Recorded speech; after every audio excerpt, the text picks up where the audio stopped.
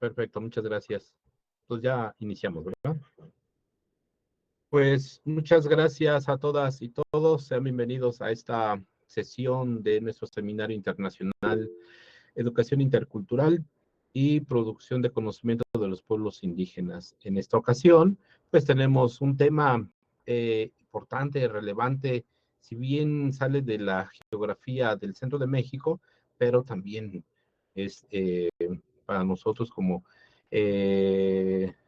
importante que en otros ámbitos o que ver qué se está haciendo en otros ámbitos de la geografía.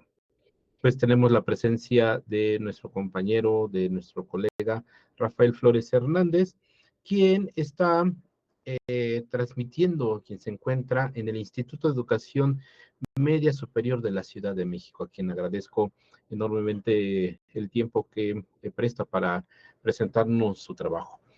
Antes de cederle el uso de la palabra al maestro Rafael Flores, pues voy a leer una breve semblanza que me hizo favor de enviar. Rafael Flores Hernández estudió la carrera de Historia en la Facultad de Filosofía y Letras de la Universidad Nacional Autónoma de México y realizó sus estudios de maestría y doctorado en el posgrado en estudios mesoamericanos en la misma universidad. Desde el 2012 hasta la fecha es docente, tutor e investigador A de tiempo completo en el Instituto de Educación Media Superior de la Ciudad de México. Ha impartido conferencias, cursos y talleres en diversas universidades, instituciones y comunidades de México, de Centro y Sudamérica, con trabajos sobre patrimonio, diversidad cultural e historia de los pueblos indígenas. Ha desarrollado trabajos de archivo y etnográfico en Chiapas, Quintana Roo, el centro de México, Guatemala y España. Es autor de los libros La Protectoría de Indios en el siglo XVI, además de Mesoamérica, una mirada a través del tiempo, también Entidades Sagradas del Universo Maya, y colaboró como editor y coautor del libro De las Costas a Tierra Adentro, Historias de Yucatán y Guatemala en un mundo entretejido, siglos XVI al XVIII.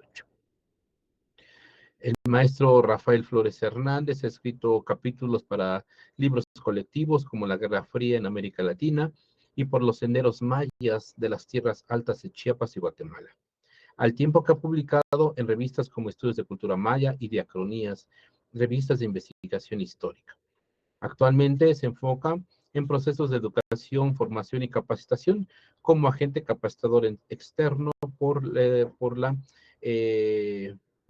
esta Secretaría de Trabajo y Previsión Social y evaluador independiente del CEP Conocer a través de la consultoría Casa Pactum, así como a la investigación en el Centro de Investigaciones Interculturales e Históricas. Pues te damos la bienvenida, maestro Rafael Flores Hernández. Muchas gracias por el tiempo que nos das para presentarnos tu trabajo. Pues la cámara y los micrófonos son tuyos y pues te escuchamos atentamente. Muchas gracias. Muy bien, pues muchas gracias. Buenas tardes a todas y a todos por pues, estar presentes en este seminario interesante. Muchas gracias a la UPN Hidalgo y a las sedes que hoy están como anfitrionas, aunque estamos todos desde diferentes instituciones. Me da gusto ver que hay gente de diversas universidades e instituciones educativas. Precisamente también me encuentro aquí en el Instituto de Educación Media Superior, donde trabajo y pues estoy aquí con estudiantes que pues están interesados, están iniciando pues su camino todavía de preparación, de formación para su vida profesional. Entonces, bueno, pues vamos a comenzar. Les voy a compartir la pantalla y por favor ahí me dicen cuando esté viendo. Listo, nada más hazla en grande y ya estaría bien. Ya está, ¿verdad? En grande.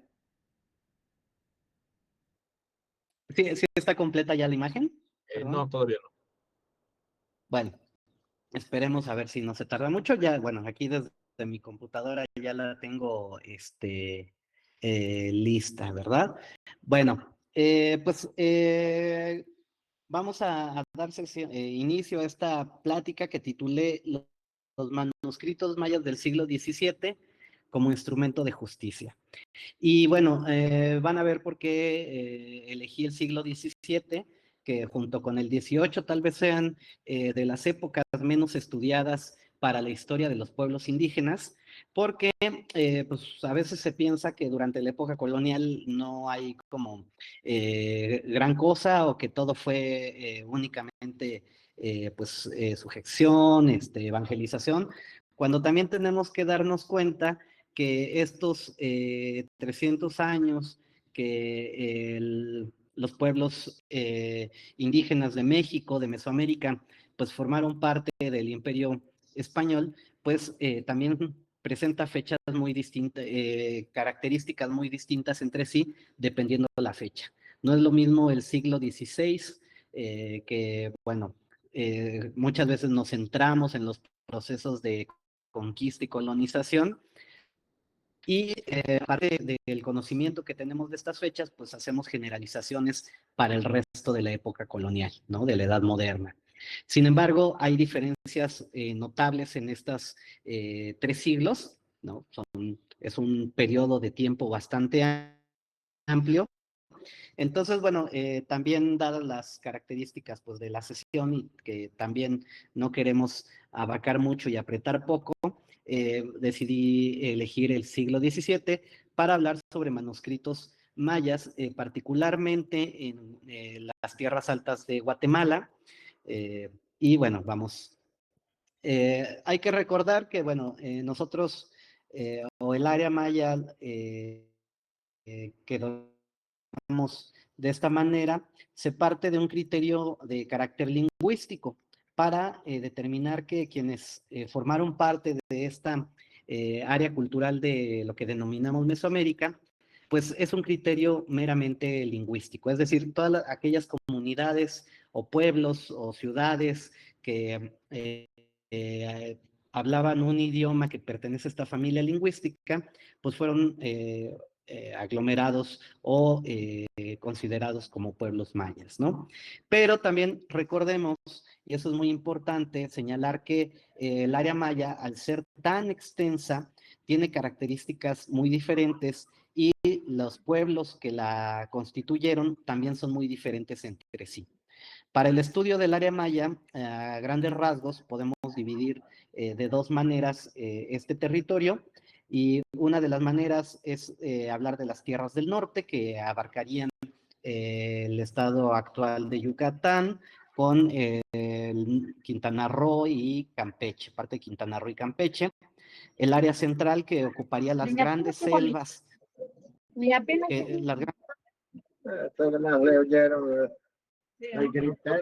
Perdón, no sean malitos, pueden apagar sus micrófonos, por favor. Muchas gracias. Gracias.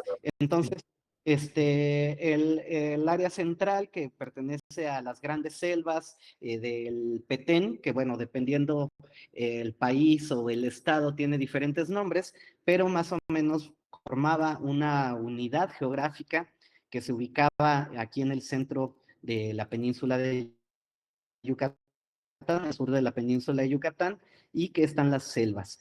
Y finalmente la zona sur, que correspondería a las montañas de Chiapas y de Guatemala. Otra de las formas como distinguimos el área maya, pues es básicamente en tierras bajas, que correspondería a la península de Yucatán, a toda la parte central de las selvas, y las tierras altas, que corresponderían igualmente a las montañas de Chiapas y de Guatemala. Esto lo señalo porque también siempre cuando se habla de los mayas, inmediatamente pensamos en selvas, y hay que considerar que no toda la geografía es homogénea. La parte del sur tiene altitudes que superan los 3,000 metros sobre el nivel del mar, y que las características geográficas pues van a tener su influencia sobre la cultura.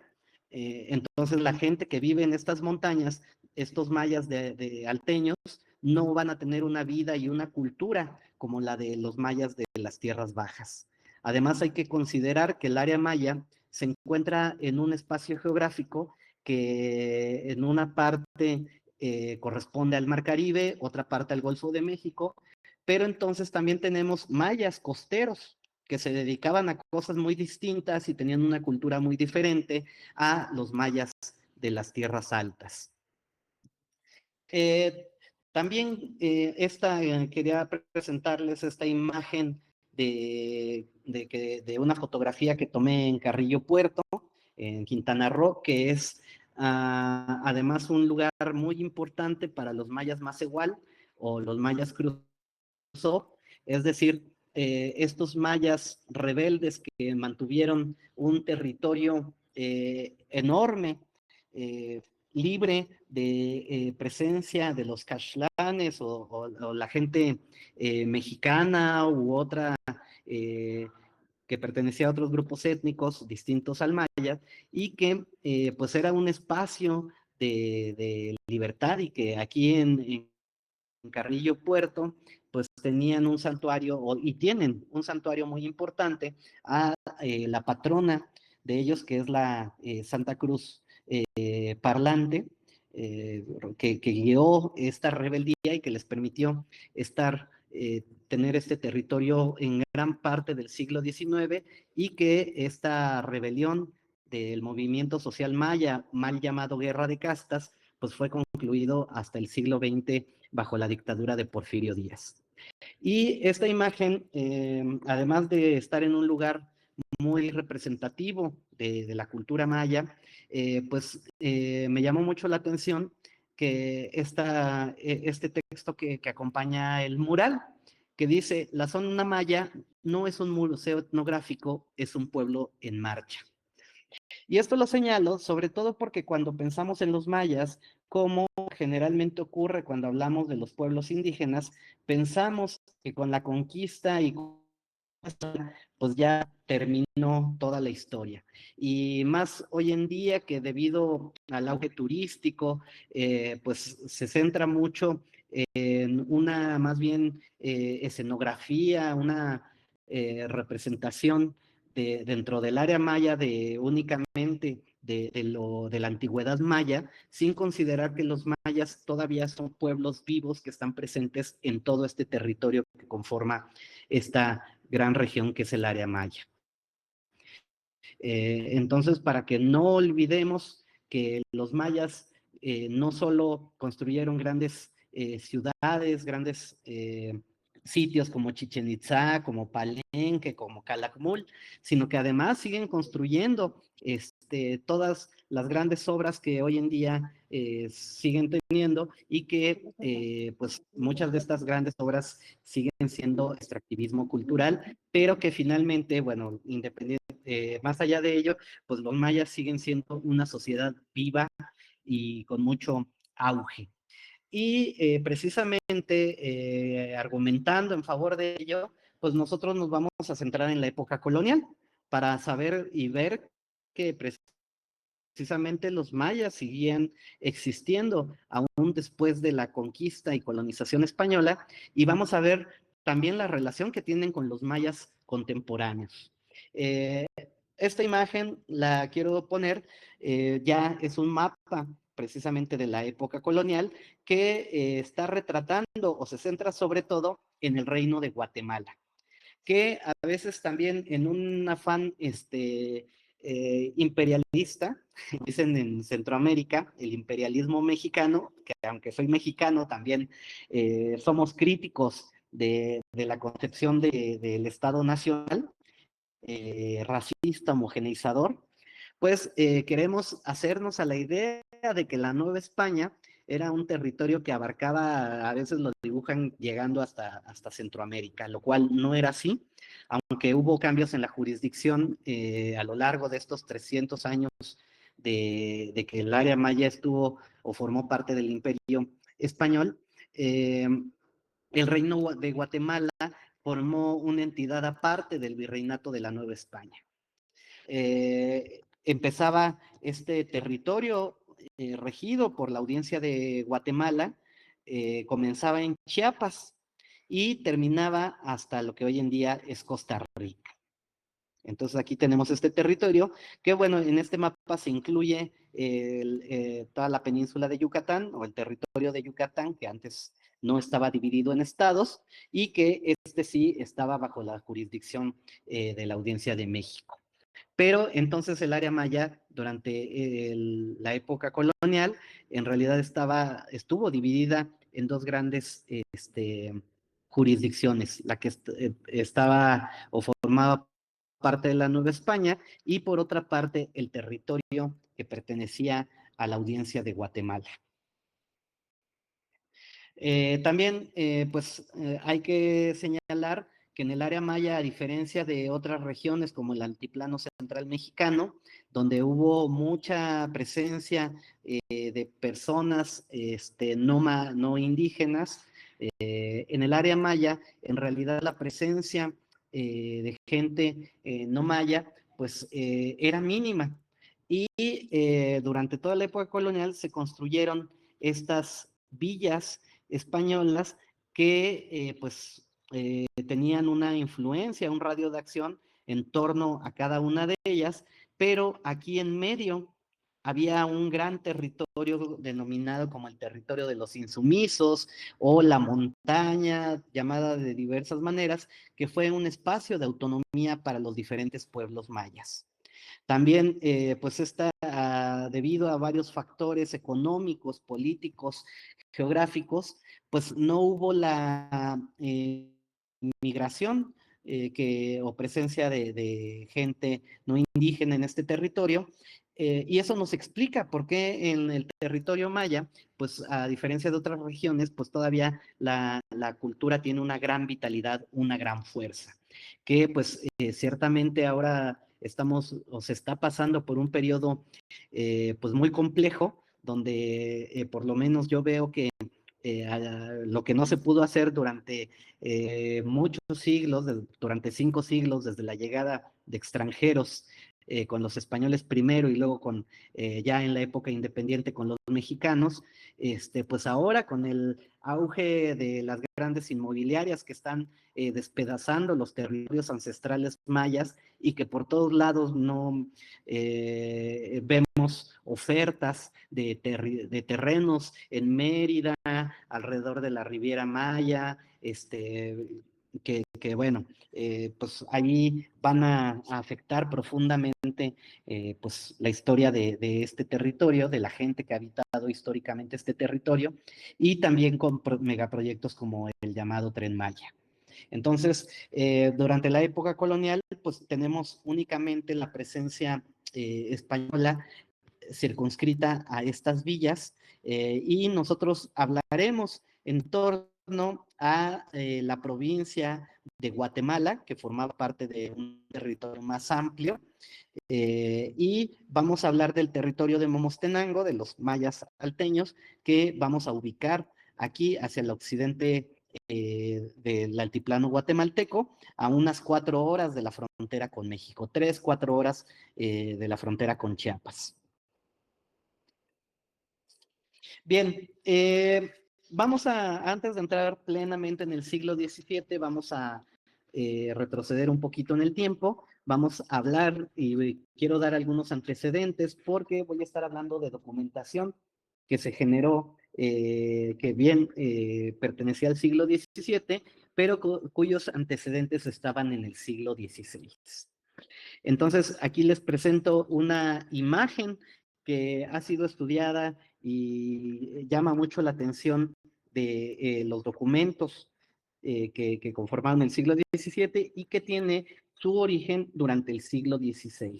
Esta imagen, que sería un escudo heráldico elaborado en torno o a instancias de un personaje muy importante que era el señor Isquini Jaib, que participó durante la guerra de conquista en contra de los españoles.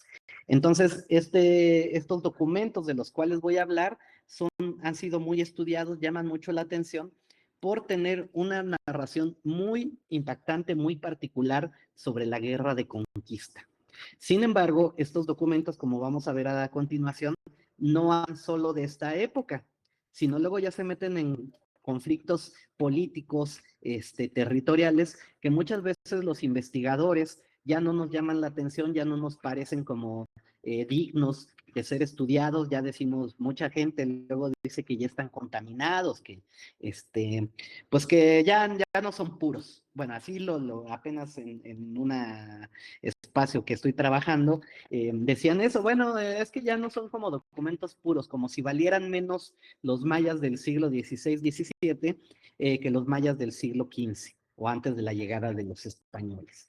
Pero vamos a ver por qué llama mucho la atención esta parte del siglo XVI, cuando se constituyó o empezó a constituirse este documento del cual estaremos hablando a lo largo de esta sesión, que es el título Nehaib.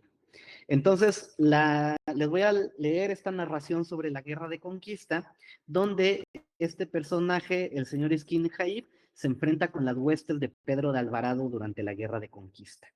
Dice este documento, que además, bueno, ya no se conserva la versión en quiché, que como debió estar escrita originalmente, que es el idioma en el cual se compuso el Popol Vuh, y que este documento, el título Nijaib, sería así como que su primo de este documento.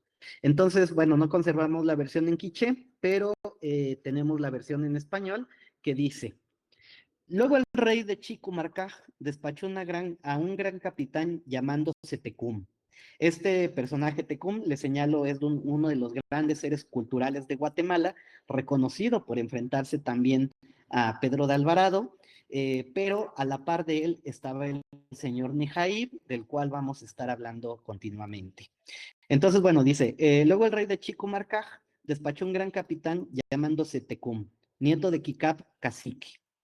Otro vino por su alférez, llamado Kikab, que vino con el capitán don Francisco Isquín Ajpalot Utzaquibalja. Despachó un sargento, don Juan Isquín Quebec. Despachó al nieto de don Francisco Isquín Jaib, capitán. Y luego el gran capitán Tecum, nieto de Kikab. Kikab era uno de los gobernantes de Comarcaj, que era la capital de los quichés. Dice, y de su alférez llamado Kikab, y trayendo la bandera Tecum, capitán y alférez sargento, y esta bandera trae mucho oro, la punta de muchas esmeraldas. Y estos capitanes traían mucha gente de muchos pueblos que eran por todos 10,000 indios, todos con sus arcos y flechas, hondas, lanzas y otras armas con que venían armados. Y el capitán Tecum, antes que salir de su pueblo delante de los caciques muertos, su valor y su ánimo. Y luego se puso alas con que volaba, y por todos los brazos y piernas venía lleno de plumería, y traía puesta una corona, y en los pechos traía una esmeralda muy grande que parecía espejo, y otra traía en la frente y otra en la espalda. Venía muy galán, el cual capitán volaba como águila. Era un gran principal y gran nahual. Vino el adelantado Tonadiu, es decir, Pedro de Alvarado, a dormir a un sitio llamado Palajuj Noj, y antes que el adelantado viniese, fueron 13 principales con más de 5,000 indios hasta un sitio llamado Chuabaj. Allí hicieron grandioso cerco de piedras para que no entrasen los españoles. Y también hicieron muchísimos hoyos y zanjas muy grandes, cerrando los pasos.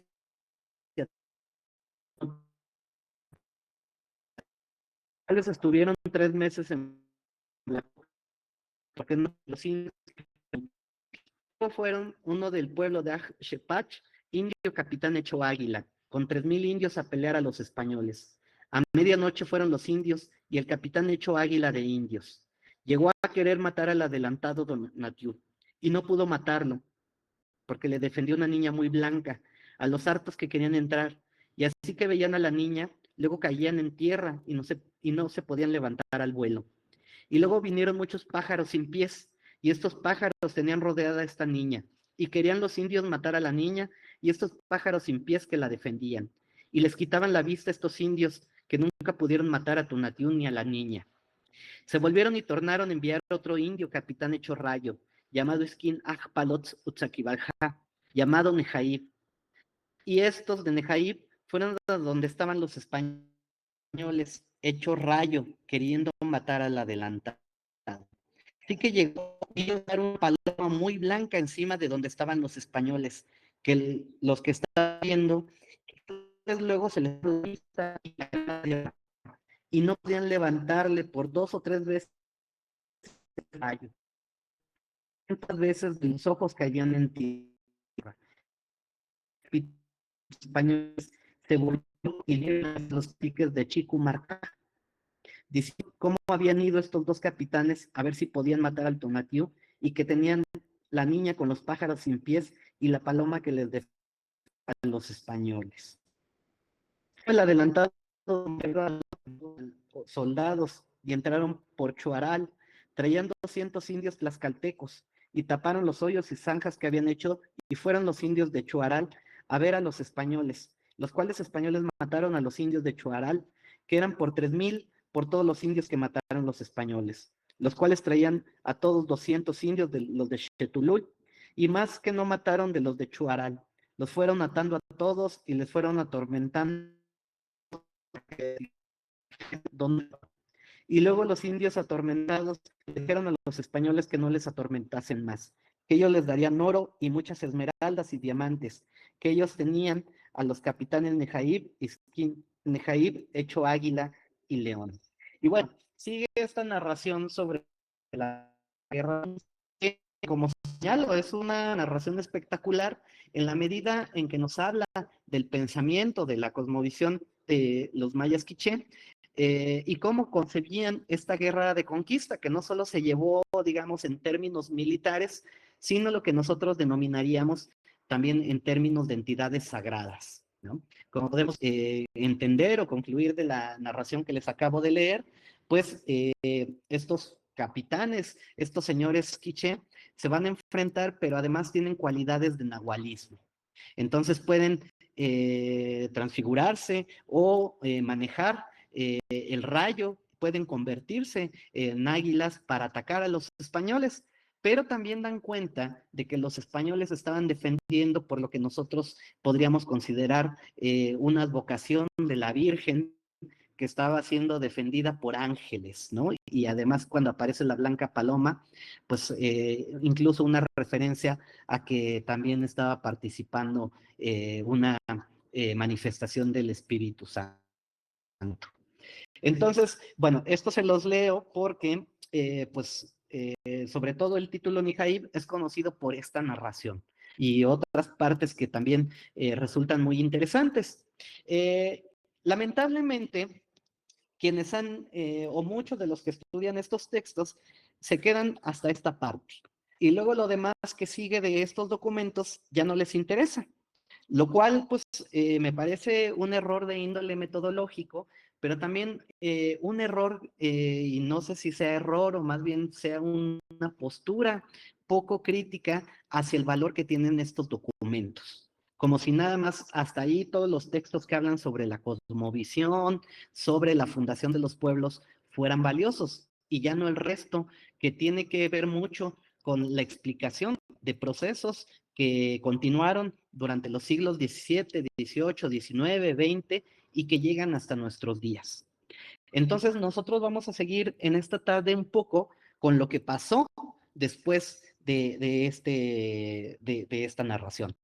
Aquí estamos viendo, bueno, otra parte del título Nijaib. Hay varias versiones de este documento. Una está en el Archivo General de Centroamérica, otra está en la Universidad de Princeton en los Estados Unidos, y otra más está resguardada bajo los descendientes del señor Nijaib en el pueblo de San Vicente Buenabaja.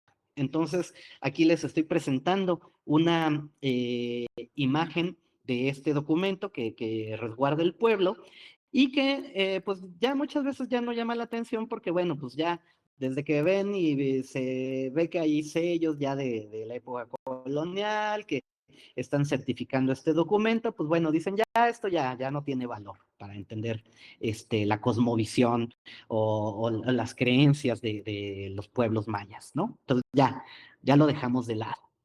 Pero aquí vamos a ver que hay una razón muy importante por la cual los quiché, la gente Nijaib y sus descendientes los Vicente van a retomar esta narración que les acabo de leer y la van a incorporar a sus documentos legales con los cuales van a estar litigando durante los siglos venideros y hasta nuestros días.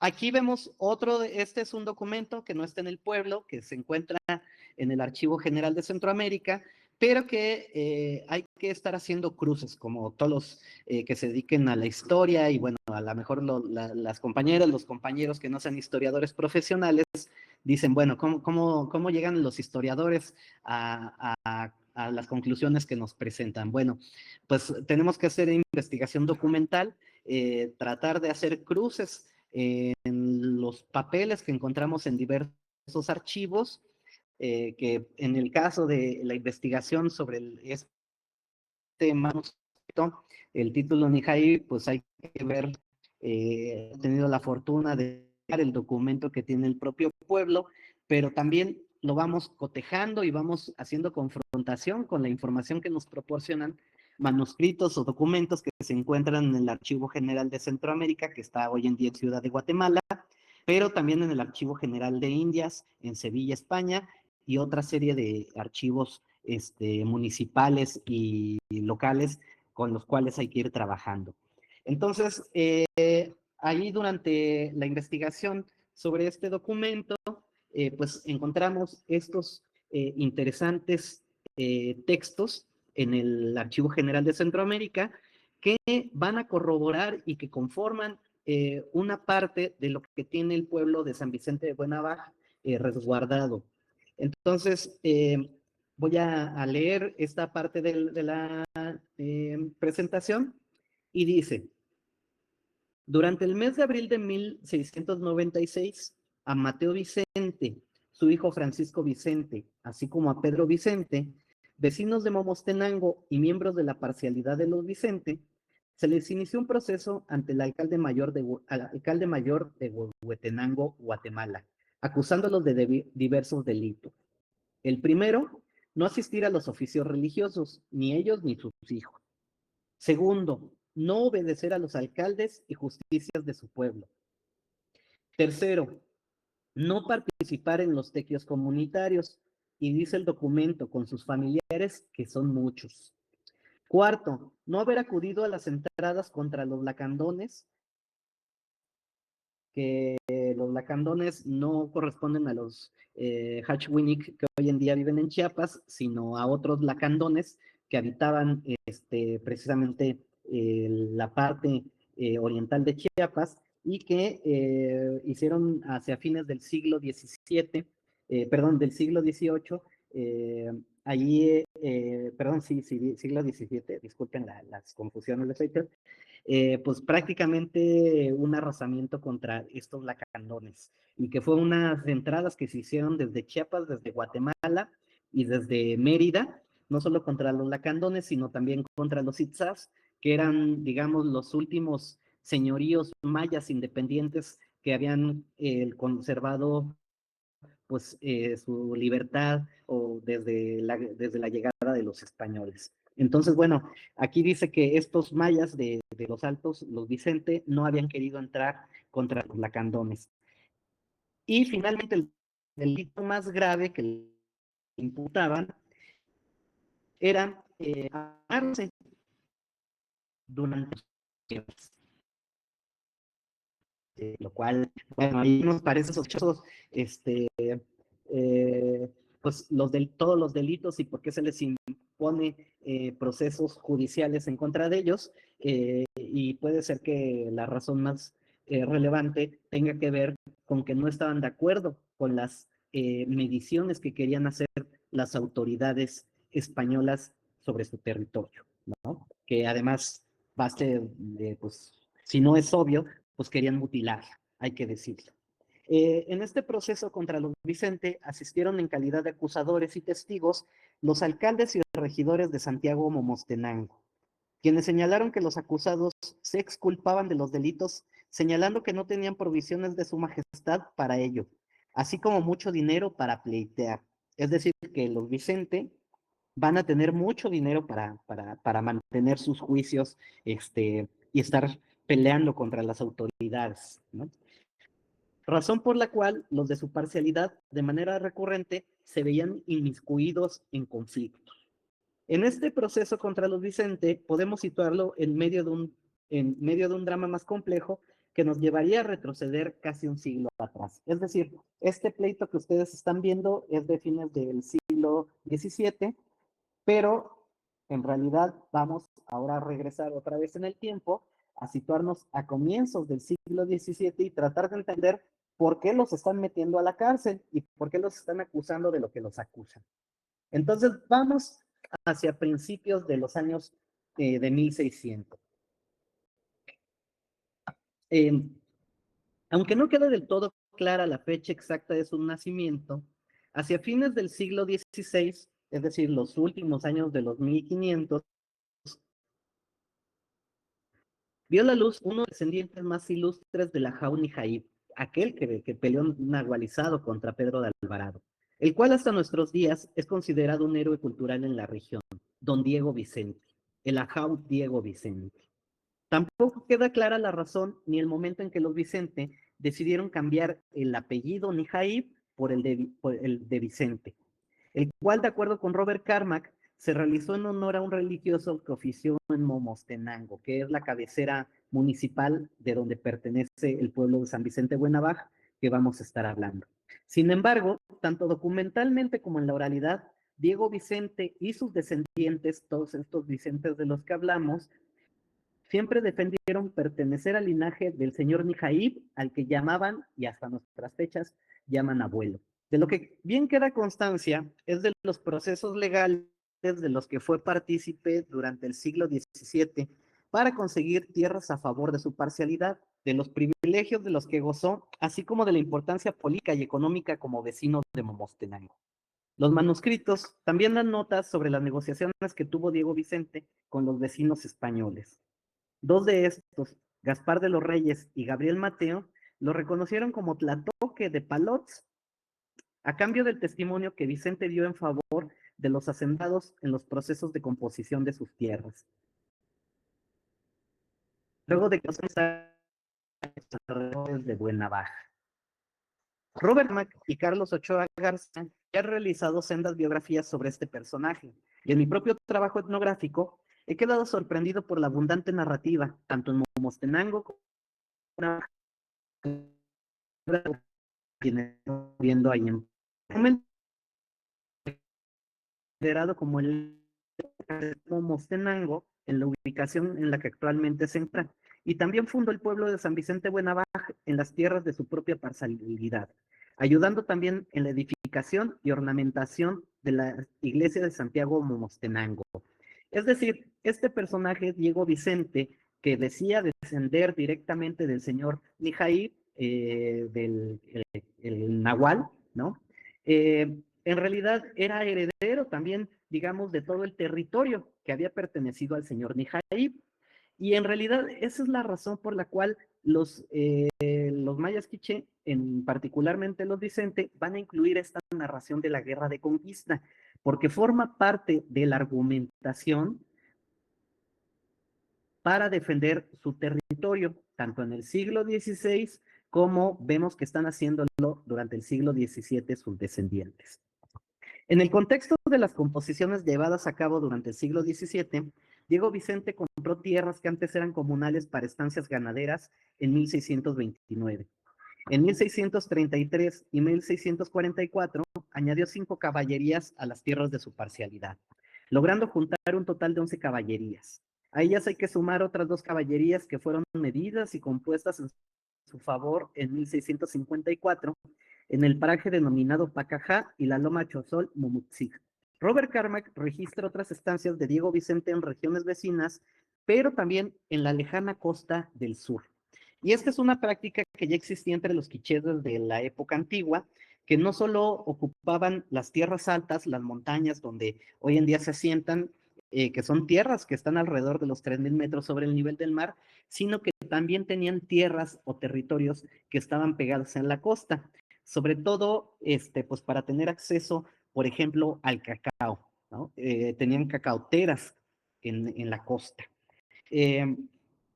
Sin embargo, no todo fue luz en la vida de Diego Vicente. El poder económico alcanzado, el prestigio como autoridad de su parcialidad, codearse con los españoles, como ya vimos, sus privilegios personales, así como la expansión territorial de sus estancias, le acarrearon desavenencias con algunos castellanos, así como con las autoridades quichés de Momostenango.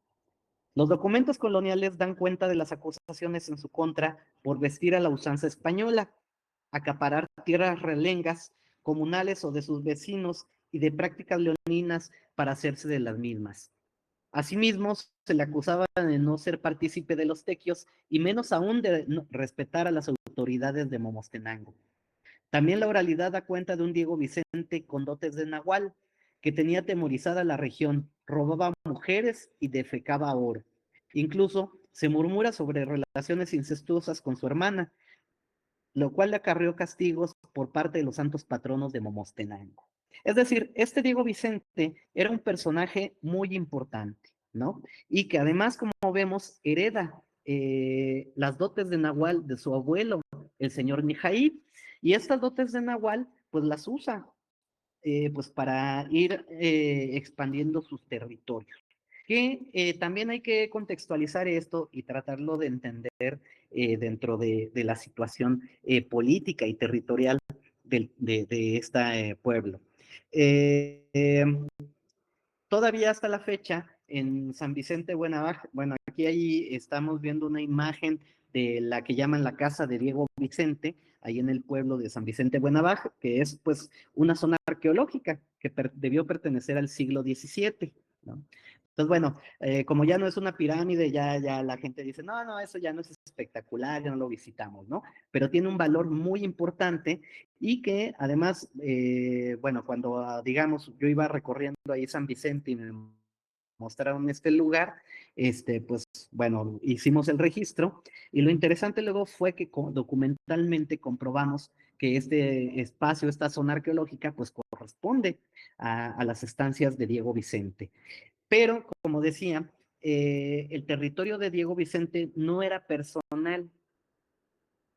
Y cuando se dice en los documentos su familia, no estamos pensando en su familia consanguínea, sino en realidad debemos de pensar en toda la parcialidad de los Vicente.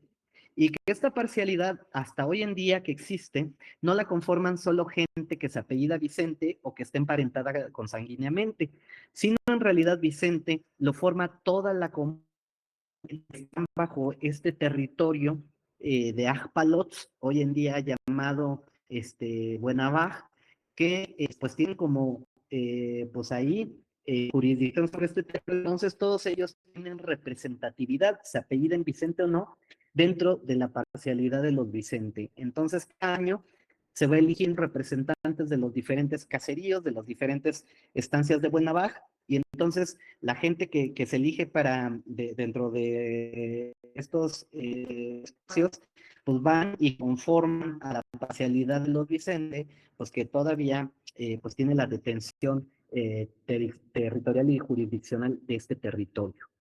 Entonces, cuando en otros documentos vemos que dicen que son muchos los Vicente y que todo el tiempo están lidiando porque tienen mucho odio, en realidad, entre líneas podemos leer que se trata no de familia directa, sino se trata de toda la gente que conforma esta comunidad de Ajpalots o de Buenavaj, llamada hoy en día. Precisamente en torno a Diego Vicente, aquí podemos ver una imagen ya contemporánea, un retrato hecho por el artista buenavajense Kevin Velázquez Vicente, a quien le agradezco muchísimo a él y a su familia siempre el apoyo que han prestado a la investigación sobre el título Nijaí. Entonces, bueno, aquí vemos cómo sigue teniendo su relevancia este personaje, de tal manera que en el caserío de Santa Lucía Buenavaj, hace un par de años, se colocó un nuevo retrato de don Diego Vicente, y que podemos ver incluso aquí el maravilloso marco con los 20 signos del calendario de 260 días, el Cholquij, que todavía sigue siendo utilizado y que ha sido utilizado de manera ininterrumpida desde la época antigua hasta nuestros días. Y que es un calendario pues que en el centro de México conocemos como Tonalpohualli, o en la península de Yucatán como el Tzolk'in, que es este calendario ritual que se conforma por 20 signos que se combinan con 13 numerales. Entonces, Entonces, bueno, sigue la relevancia de don Diego Vicente. Precisamente es en torno a Diego Vicente que se reitera una serie de paradigmas de las instituciones quiché. Si bien en los documentos se le atribuye la compra de terrenos a título personal, en realidad con ellos se estaba conformando el territorio de su parcialidad, en el cual no tenían cabida solo los familiares directos, sino aún vecinos que no llevaban el apellido Vicente, tal como evidencian los documentos judiciales. Aunque tampoco contamos con una fecha precisa de su muerte, esta debió ocurrir antes de 1675, cuando su hijo Juan Vicente recibió por parte de la corona una confirmación como cacique de Momostenango. A partir de 1687 comenzaron los conflictos de los Vicente con sus vecinos del recién formado pueblo ladino de San Carlos Hija. Es decir, por ladino en Guatemala se refieren a un pueblo no indígena. En los autos conservados en el archivo de Buenavaj se pueden verificar que los asuntos jurisdiccionales entre ambos pueblos ocuparon la atención del capitán José Hurtado de Arria, corregidor de Totonicapán, que es la jurisdicción, hoy en día el departamento al cual pertenece Momostenango, y Momostenango, como dije, es la cabecera de San Vicente Buenavaj, que es el territorio de la parcialidad Vicente. Estos conflictos fueron los únicos, pues los Vicente enfrentaron otros litigios, lo cual llevó al encarcelamiento de los representantes de la parcialidad en 1696, con lo que empecé esta parte de la plática. Como vemos, tanto el resguardo del territorio como la defensa de los privilegios por ser descendientes de los antiguos señores Nijaí, llamados Vicente desde principios del siglo XVII, mantuvieron a la parcialidad inmiscuida de manera reiterada en diversos pleitos. Es decir, la defensa del territorio nos va a tener ahí litigando constantemente. La resolución del conflicto les fue favorable a los Vicente en 1699, cuando por medio de una real provisión refrendaron un mandato real de 1684 que les otorgaba el estatus de principales, así como privilegios para la parcialidad. La sentencia se debió no solo a que pudieron acreditar su legitimidad como descendientes de antiguos señores y contar con las pruebas documentales que confirmaban la propiedad de las tierras, sino también por los servicios prestados por sus antepasados en la fundación de los pueblos, así como por sus ayudas dadas a la iglesia de Momostenango. Y que eso me refería hace rato, por eso incluyen estas narraciones de la guerra de conquista, y es más, en otras partes de los títulos se van hasta los orígenes mismos de la humanidad, ¿no? Con una narrativa muy similar a la que aparece en el Popol Vuh, que si ustedes recuerdan, precisamente en una parte se va también hasta los orígenes de la creación de los hombres y mujeres de maíz para argumentar también territorialmente durante el siglo XVI, ¿no? En 1705, es decir, ya empezó el siglo XVIII, los Vicente afrontaron un nuevo litigio. La parcialidad en aquel momento era representada por Francisco Vicente, uno de los miembros del linaje que había sido apresado en 1696. A instancias de Francisco, se tradujeron al español los papeles con los que contaba la paz, con el objetivo de que fuesen utilizados como prueba documental en este nuevo pleito. Es en esta época que se elaboró el traslado del título Nijaí, que aún se conserva en San Vicente Buenavaj, y también la copia que yo les leí al principio sobre todo este conflicto durante la Guerra de Conquista. Es decir, toda esa narración, como he venido diciendo, tiene un sentido de legitimidad política y territorial para los mayas. No solo es una cosa de cosmovisión o de curiosidades, ¿no? Tiene que ver con cuestiones legales. De esta manera, el título Nijaib, elaborado en el siglo XVI, adquirió una nueva vida al ser integrado y contemplado por los papeles que los Vicente habían reunido a lo largo del siglo XVII y principios del XVIII. Ahora utilizando como título de tierras, pero sin perder su carácter como título de legitimidad política, de la parcialidad y de identidad. Si bien en el título Nijaib durante el siglo XVI funcionó principalmente como un instrumento para conservar y transmitir la historia del linaje en un periodo de crisis, hacia el siglo XVIII sirvió como prueba documental en manos de los notables de la parcialidad que les permitía proteger sus tierras. Durante este largo periodo se introdujeron cambios en el texto del título, pero es importante señalar que dichas transformaciones de la tradición histórica de Buenavaj no responden a un intento deliberado de fraude o falta de rigor en la conservación de la memoria sobre el pasado. A decir de Subaso Koshi, para los mayas existe una plasticidad del significado del pasado en relación con los intereses del presente, la cual se evidencia en los traslados que hicieron dicho pueblo de sus documentos al paso de los siglos, dice Subaso Koshi. El análisis comparativo de los traslados de los títulos de tierras nos lleva a deducir que para los mayas del pasado, para los mayas el pasado no puede existir de manera abstracta, sino siempre tiene que ser sometido a una interpretación, la cual de por sí obedece al tiempo presente cambiante. Así, hasta ahí la cita de Subaso Koshi. Así, al llevar a cabo una estratigrafía discursiva de las distintas versiones del título Nijaib, podemos realizar un símil como en los basamentos piramidales mesoamericanos, pues ambos se edificaban sobre etapas constructivas previas, sin que ello significara la demolición o destrucción de las anteriores.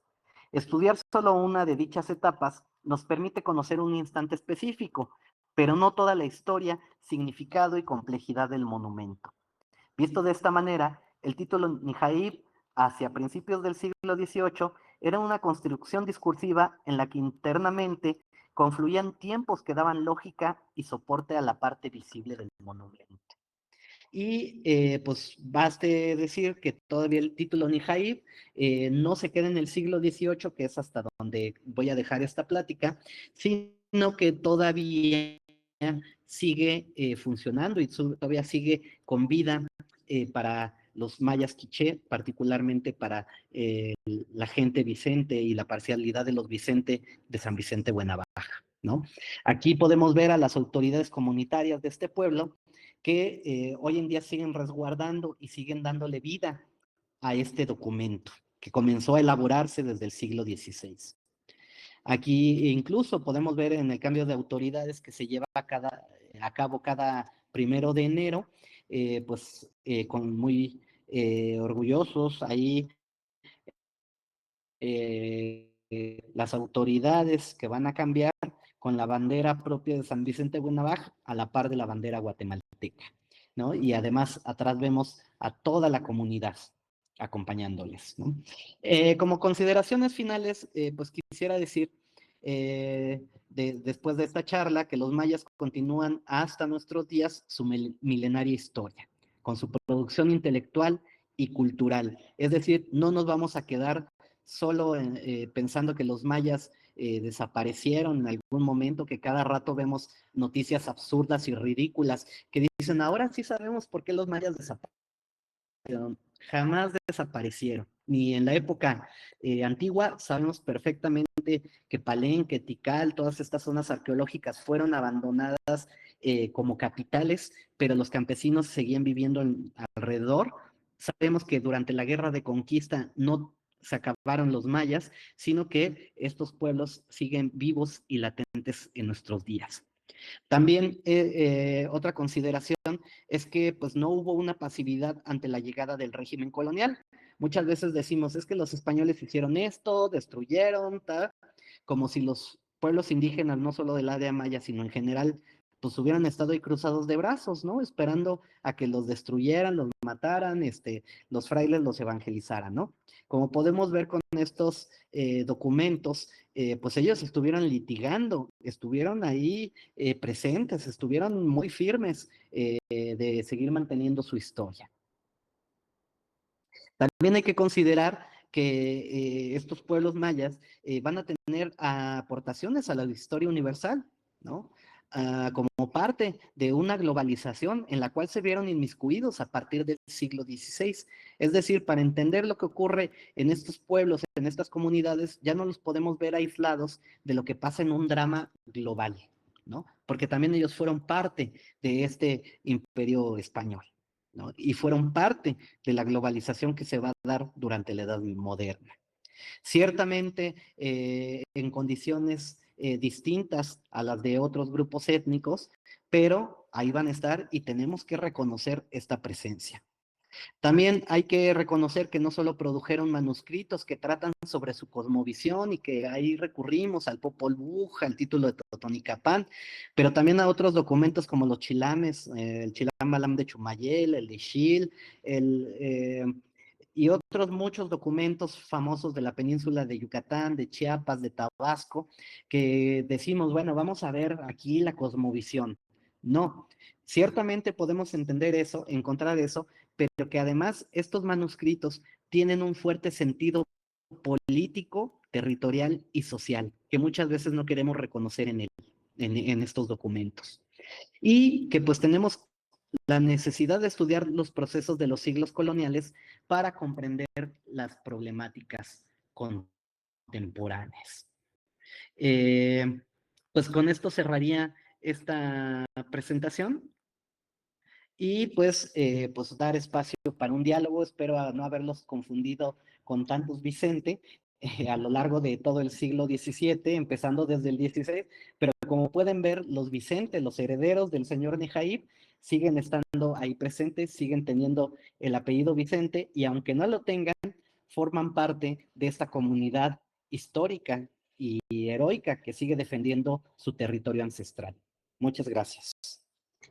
Pues muchas gracias, maestro Rafael Flores, por esta interesante plática sobre documentos coloniales. Pues aprovechando que tengo la oportunidad de ser moderador en esta ocasión, pues la Universidad Intercultural de Tabasco, Villa Tamulté de las Sabanas, está presente una gran cantidad de estudiantes nos están acompañando y te han escuchado. También te manda felicitaciones Esteban Velázquez Vicente, quien él nos está viendo desde San Vicente, Buenavaj, a propósito de esta plática que nos has regalado. Muchas gracias, maestro Rafael. Ahora sí, aprovecho también la oportunidad para ver quién alza la mano para tener una participación y también comentar que nos están acompañando pues, desde varios rincones de nuestro país y también de fuera, desde el Amazonas, desde Guatemala, por supuesto, que nos han estado dando mensajes, y pues desde la Huasteca, la Ciudad de México, Hidalgo, varios lugares. Veo que tiene la mano levantada Patricio Méndez. Adelante, por favor. Sí, bueno, es Patricio Mendoza, pero Patricio Méndez. Bueno, me quedo, primero que nada, felicidades por esta ponencia, ¿no? Me agrada. La pregunta es relacionado con este rol como de lo arquitectónico, no sé si de llamarlo así, de lo arquitectónico, que decía que digamos, para este grupo de personas o para algunas personas hay lugares, bueno, tanto quizá en Yucatán como en otras partes de aquí de México, ¿no? Que sí tienen gran significado histórico, pero que no se logra, digamos que hay personas que ya no se acercan, pues, porque su prestigio para algunos ha pasado de moda, ¿no? Para algunos, como decirlo así, como en este rol de mercado, ¿no? Como este rol de industria cultural, donde dicen solamente aquellas sedes que digamos que pasan o hacen televisivas, son los lugares donde tiene que ir, pues no solamente los mexicanos, sino quizá otras comunidades a conocer como esa historia, ¿no? Entonces, desde ese punto sería, si en algún momento ustedes como comunidad o la comunidad en sí se ha organizado para hacer visible, digamos, esas partes que también tienen tienen ese significado histórico, ¿no? El cual se tiene que revivir. Perdón. Lo último, ¿podrías repetir la pregunta? Ahí un poquito el audio falló. En Okay, concreto, perdón. ¿sí me escuchó? Sí, ¿Me ahí escucho? te escucho. Sí, ajá, en esta parte, por ejemplo, de rescatar como hacer un archivo histórico, ¿no? Como ese archivo de la memoria de las comunidades, donde se explique por qué es importante rescatar o tener en mente, digamos, esos lugares que también son de gran contexto histórico para las comunidades, pues, ¿no? Hacer como un comité o algo que, pues, que lo haga visible, ¿no? Que no solamente aquellas partes que solamente son transmitidas por televisión sean lo que ellos creen que es cultural, pues. Bien. Bien, gracias. Bueno, lo primero que tengo que decir es que, bueno, yo ahí en San Vicente de Buenavaj, aunque siento un cariño muy profundo y en ciertos momentos ahí precisamente con don Esteban Velázquez Vicente, que ahí con su familia me han arropado, yo más bien llegué ahí a hacer mi investigación de doctorado. Yo soy aquí mero chilango, ¿no? Entonces, bueno, eso hay que aclararlo, ¿no? Entonces, yo creo que más bien cambiaría un poquito el sentido de tu pregunta, en la medida en que en realidad la gente es muy consciente en este pueblo San Vicente de Buenavaj sobre su patrimonio histórico, arqueológico, documental, y en realidad la presentación o las conclusiones que yo muestro no son para la comunidad, sino para los que somos de fuera, para los investigadores, para los historiadores, para toda la gente que luego menospreciamos y menosvaloramos, pues todo este acervo, ¿no? Las formas de conservación de estos documentos es impresionante. El resguardo y la protección que tienen en torno a él es muy importante. Entonces yo creo que más bien los que tenemos que aprender sobre esto no es tanto la comunidad, sino los académicos, muchas veces, ¿no? O la gente que vamos de fuera y que consideramos que como no es una pirámide, ¿no? Así, de Tikal o eso, pues entonces no vale. Como bien yo dije hace rato, ¿no? Cuando yo conocí esta zona arqueológica, porque pues, es una zona arqueológica, pues tal vez el que no le dio tanto el valor fui yo, porque para la gente, por supuesto que lo tiene, ¿no? Ya hasta que luego ahí como buen académico encontré documentos, dije, ay, bueno, sí, ¿no? Entonces muchas de estas cosas son para reflexiones para nosotros, no tanto para la gente, ¿no? Y en esto tengo que señalar que precisamente podemos aprender mucho, más que ir a los pueblos a enseñar, más bien tenemos la oportunidad y la posibilidad de ir a los pueblos a aprender. Muchas gracias. Gracias. Gracias, maestro Rafael. Aprovecho para leer un poquito sobre los comentarios que están en ambos chats, tanto del Meet como del Facebook.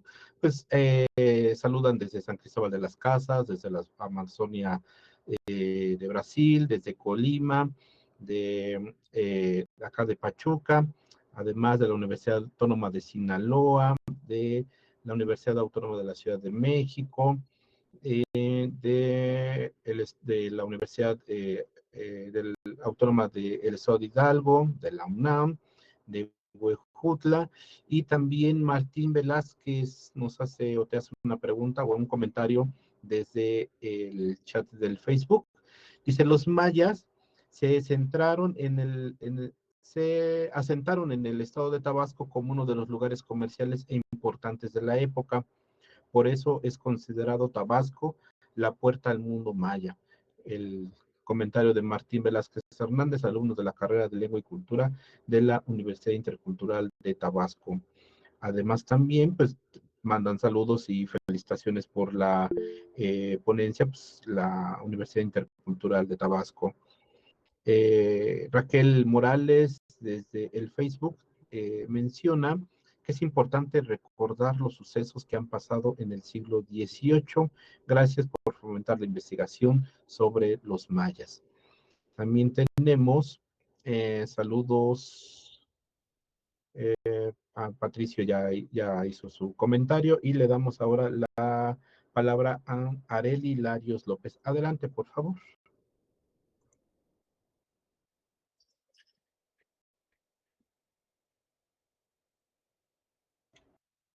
Areli Larios, adelante. No sé si se refiere a mí, pero mi nombre es Araceli Hilarios. Araceli, sí, perdón. Adelante, por favor.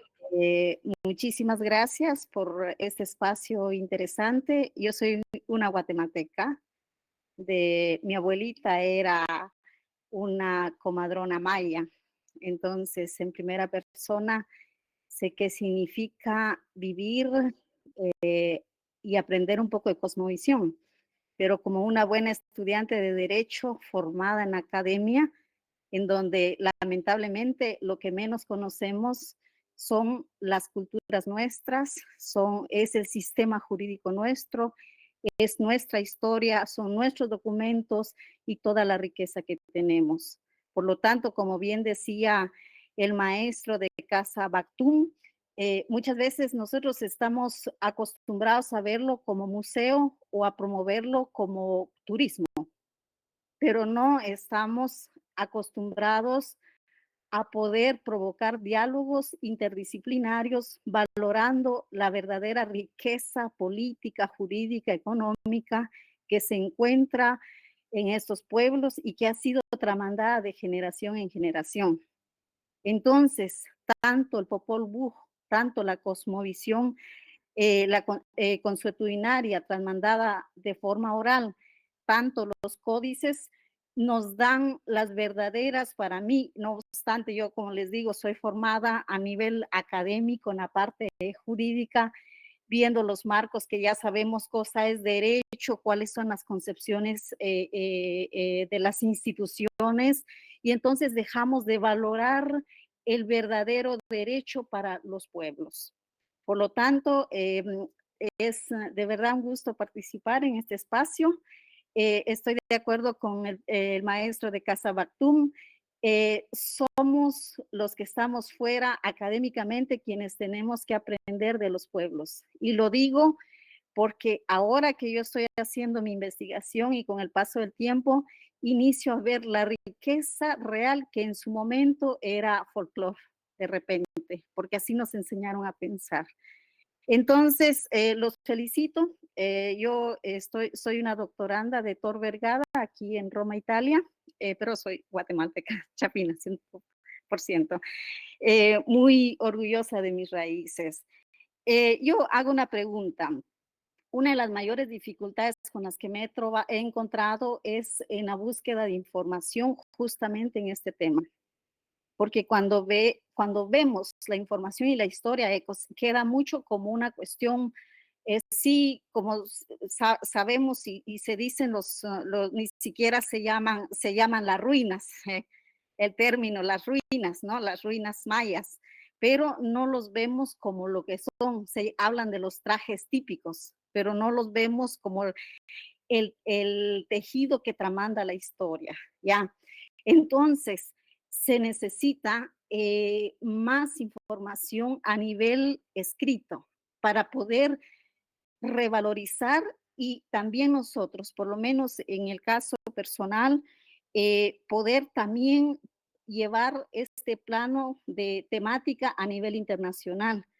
En el poco que yo he podido, lo he hecho, pero me he encontrado con el problema principalmente en la parte jurídica, en donde yo estoy haciendo también una investigación y estoy apostando a una nueva forma de considerar el derecho. Pero sería importante saber si existen, por ejemplo, ahora que se habló del título de Nihaib, o que se habló de la interpretación del escudo de Amos de Ahauskin Nihab, si existen documentos relacionados a la parte histórica jurídica. Muchas gracias. Sí, gracias por la pregunta. Sí, claro, existen documentos, de hecho, para estudiar se me acaba de ir el nombre, bueno, este escudo heráldico de los Nijaib, tuvimos que estar en España, ¿no? Para entender particularmente qué había ocurrido ahí, que este escudo se hizo a instancias de otro personaje, don Juan Cortés, que vivió en el siglo XVI, que aparece ahí en el Popol Vuh, fue descendiente de los señores de Comarcaj, que quemó Pedro de Alvarado, vivos, nomás porque, para que vieran que a lo que iba, ¿no? O sea, no había una razón, lo dice el propio Pedro de Alvarado, para que vieran a qué venía. Entonces, este nieto de uno de los señores de Comarcaj, luego los dominicos promueven que sea nombrado como rey de los indios por una cuestión del derecho canónico. Según el derecho, si convertían al príncipe de un reino, se daba por hecho la evangelización de todo su pueblo, ¿no?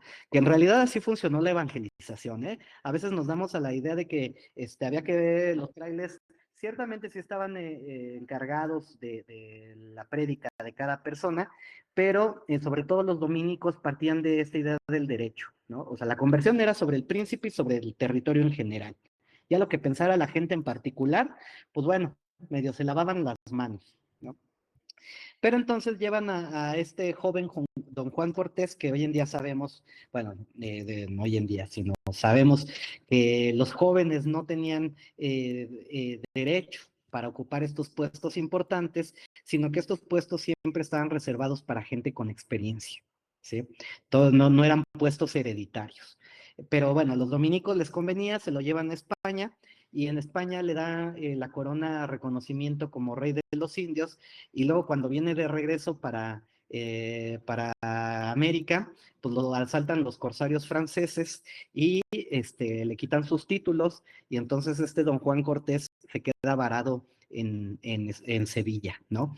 Y luego tenemos la documentación que nos dice que él está pidiendo pues una prebenda al rey para que se mantenga en lo que puede regresar hacia Guatemala, ¿no? Y entonces la corona autoriza.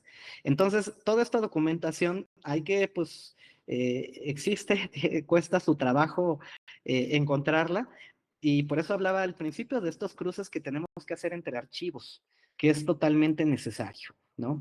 No podemos concentrarnos en un solo documento, sino que hay que hacer una investigación exhaustiva, ¿no? Entonces, sobre todos los temas que ahí nos interesen de la época moderna, del siglo XVI al XIX, que comienza ya los procesos de independencia, pues hay que recurrir a los archivos, ¿no? Aquí en el caso de Guatemala, pues está el Archivo General de Centroamérica, el Archivo General de Indias, hay varios, y sobre todo también centrarnos en los archivos municipales, que luego ciertamente son los más complicados de acceder por diversas razones, pero que también muchas veces son desvalorizados, ¿no? Entonces queremos irnos a Sevilla ahí a que nos manden a investigar, y pocas veces nos da el interés de ir a los pueblitos, a las comunidades, a encontrar entre el repositorio que tienen ahí información, ¿no? Pero de que existe información sobre todos estos temas, pues ahí está, ¿no? Hay un mar de información, de documentación que aún está en espera. Ahorita que hablaban de estudiantes de historia, pues ahí la chamba, ¿no? En lugar de luego de estar en cosas de cosmoficción, como decía un amigo maya de Yucatán, pues vamos a hacer trabajo de archivos, de documentos, y van a ver cómo eso aporta más en lugar de estarnos refriteando a los grandes investigadores, ¿no? Tal vez solo, perdón por intervenir sin haber levantado la mano previamente. Lo que yo quisiera también a manera de sugerencia es que, es decir, de que también es importante iniciar como a generar documentos interdisciplinarios en el sentido que cada quien tiene su especialidad. Entonces, nosotros, no obstante, yo, por ejemplo, soy una que hace también comparación con el sistema romano antiguo. Entonces, cada quien se va especializando en un área, y creo que lo valioso que podemos hacer es unir esfuerzos, ¿no? Porque yo no podría pretender absolutamente tener el mismo conocimiento y la habilidad y todo el recorrido que ha hecho el maestro de Casa Bactún. Y lo digo porque yo tantas veces, tuve experiencia trabajando en la cooperación internacional y en otros entes, en donde como que cansábamos al pueblo de estar haciendo estudios tras estudios y al final decían, sí, pero ¿y ahora qué? Si esto ya nos lo preguntaron. Entonces yo creo que sería también de sumar, ¿no? De sumar con el expertise. Lo poco que yo sé lo comparto a alguien que pueda serle útil, pero ese alguien seguramente tiene una gran experiencia que me será útil a mí y así sucesivamente, siempre en bien de poder unir esfuerzos para poder, ahí sí que posicionar como debe de ser en el ámbito académico el tema maya. Muchas gracias. Gracias. Muchas gracias, Araceli, por estas precisiones también. Pues este espacio también fue pensado en eso, en el intercambio de ideas y los acercamientos, aunque sea de manera virtual, con otros trabajos, con otros investigadores, y pues a ver si el maestro Rafael Flores nos puede poner ahí su contacto para que estos espacios sean también de trabajos colaborativos en un futuro cercano.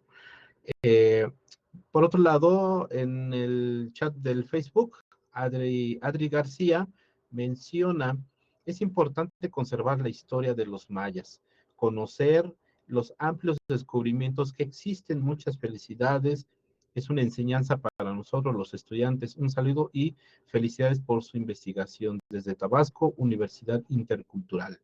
Ahora le damos la palabra a Hidalgo Méndez Cabrera. Adelante, por favor.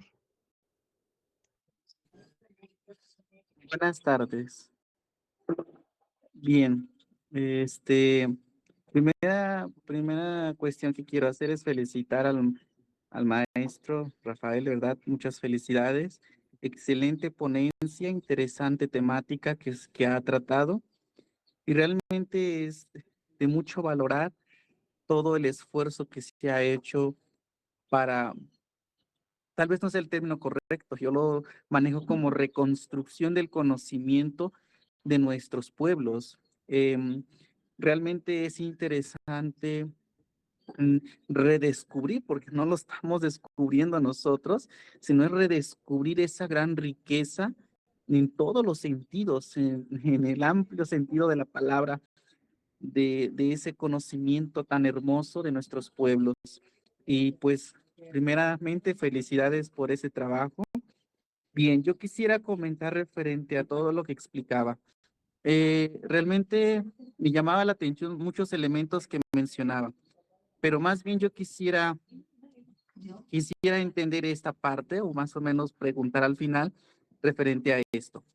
Yo soy de una comunidad indígena que habla el náhuatl del estado de Guerrero y de esa perspectiva donde nosotros vivimos, el pueblo todavía se rige bajo muchísimos criterios de forma muy antigua, que hoy en día lo llaman como usos y costumbres.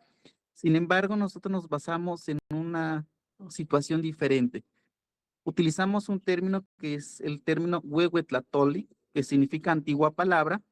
Sin embargo, tiene dos enfoques este término. El huehuetlatoli, la antigua palabra, es la enseñanza antigua que se da a los jóvenes y a los niños para regirnos como regla de vida. Y desde ahí se nos hace o se nos imparte la justicia en el momento determinado que algún ciudadano llega a cometer algún error, alguna situación, pero también eso mismo nos ayuda para seguir mejorando como personas. Entonces, el huehuetlatoli conlleva el huehuetlamantilistli y el huehuetlamantli. Son dos términos muy parecidos, pero estos van a explicar y van a expresar la justicia verdadera desde el aspecto familiar y desde el aspecto de la comunidad, ¿sí? Esta parte de la justicia es tan interesante para nosotros porque siempre va a estar fundamentado desde el huehuetlatoli, la antigua palabra. Ahora, yo escuchaba el comentario de al hacer una investigación, en mi pueblo han venido muchísimas veces, muchos investigadores haciendo libros, investigando sobre esas temáticas y jamás se ha visto un resultado adecuado para eso y simplemente el conocimiento se ha llevado mucho más allá. no por vanagloria ni presunción. He tenido la oportunidad de integrarme a este tipo de personas, sobre todo porque tengo un tío que es huehuetl, es decir, uno de los ancianos que imparte la justicia. Me adentré a esta realidad y realmente es una cosa impresionante. He aprendido mucho de ellos y en ocasiones me han convocado para auxiliar respecto a este tipo de conocimiento e impartición de justicia. A lo que voy como pregunta final sería, dentro de los mayas, al escuchar ese conocimiento, esa riqueza que se tiene y todo lo que se conserva, que es súper maravilloso, me supongo, si no me equivoco, existe algo parecido a lo que nosotros llamamos los que hablamos el náhuatl, el huehuetlatolli, la antigua palabra. Supongo que los mayas tienen esa parte, esa riqueza, y como pregunta sería, ¿existen todo ese tipo de conocimiento plasmado en libros? ¿Es fácil de conseguir esos libros o esa bibliografía que es una riqueza? Recuerdo haber leído un artículo sobre el nosotros con un guión, que es otros. Una riqueza interesante en el que se incluye a todos como parte de un todo. Es toda una explicación interesante respecto a esto. Entonces, esa sería mi pregunta. ¿Existe ese término como nosotros en náhuatl, el huehuetlatolli? Y la otra pregunta ¿es fácil conseguir esos libros de texto donde se conozca esta riqueza realmente? Y como lo decía, no solo para valorar lo que es el conocimiento tan rico de los pueblos, sino para seguir aprendiendo de esa perspectiva, vivir de una manera idónea. Espero me haya explicado a mi pregunta. Sí, al menos en Maya Quiché existe un concepto similar al Huehuetlactoli, que es Riojatzig, que es la antigua palabra, ¿no?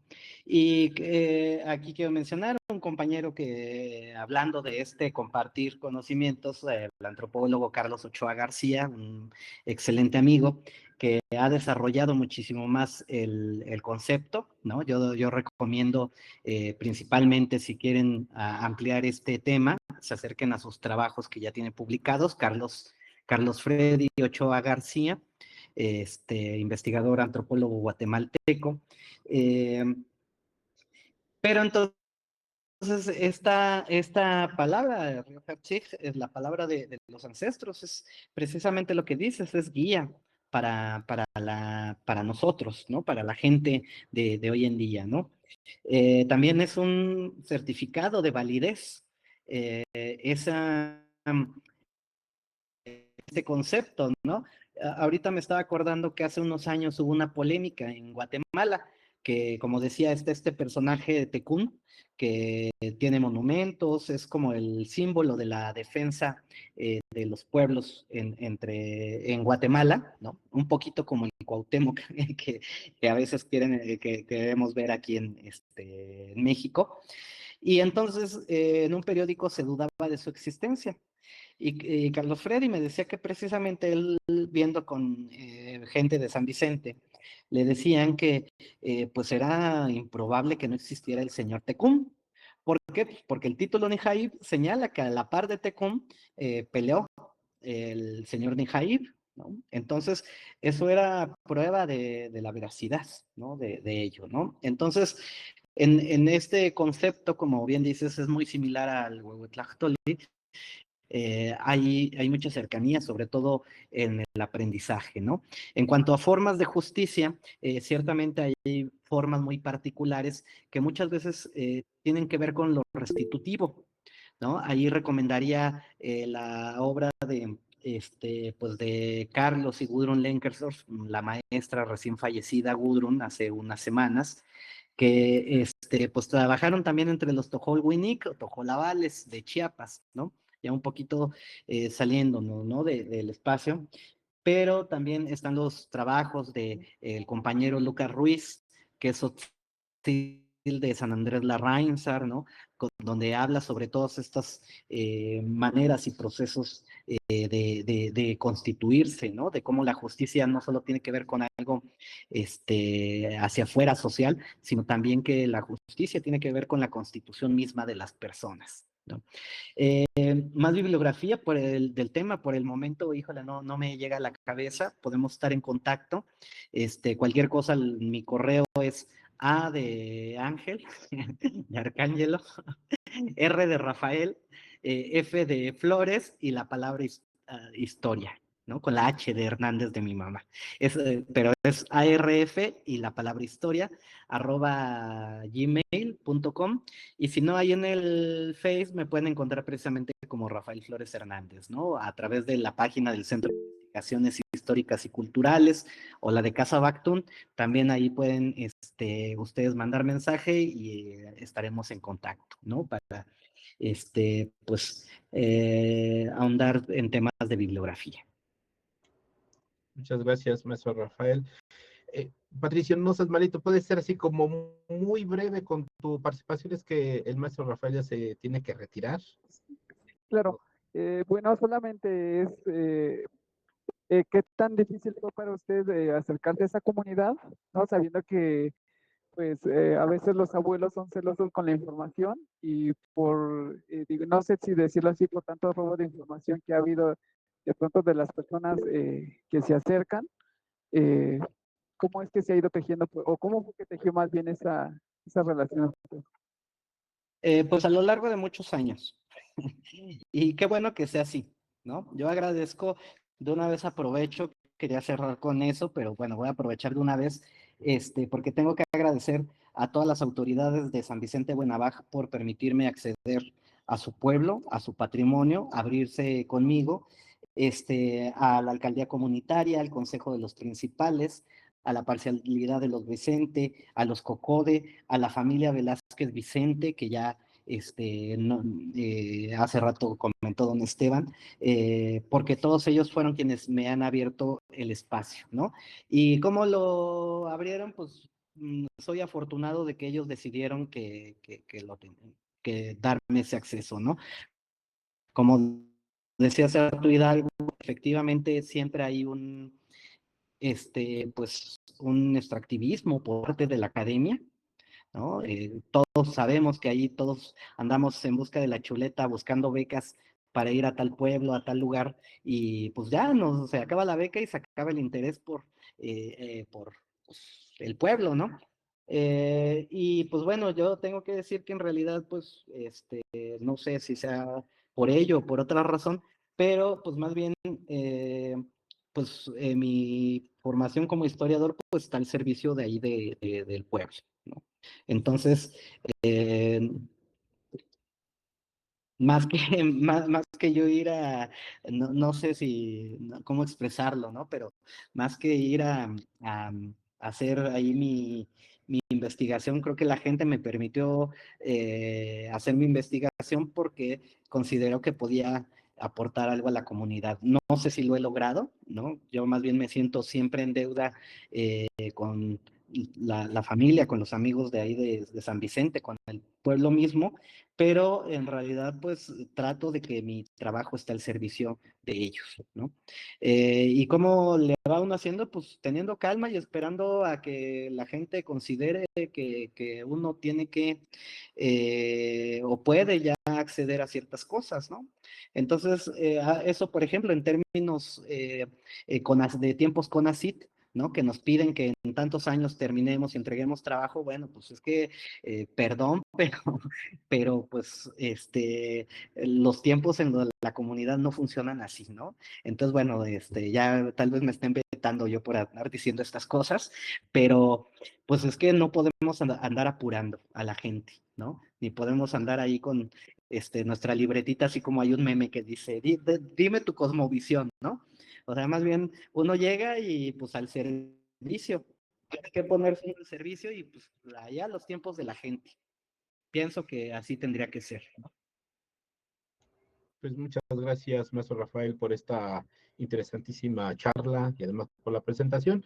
Y pues finalmente, pues el protocolo de esta casa de estudios, la Universidad Pedagógica Nacional Unidad 131, pues es compartir la constancia que a la letra dice Universidad Pedagógica Nacional, Unidad 131 Hidalgo, sede General Pachuca, otorga la presente constancia a Rafael Flores Hernández por impartir la ponencia Los manuscritos mayas del siglo XVII como instrumento de justicia, llevada a cabo como parte del programa del Seminario Internacional de Educación Intercultural y Producción de Conocimiento de los Pueblos Indígenas de esta Casa de Estudios, y firma nuestra directora general, la doctora Marisol Vite Vargas.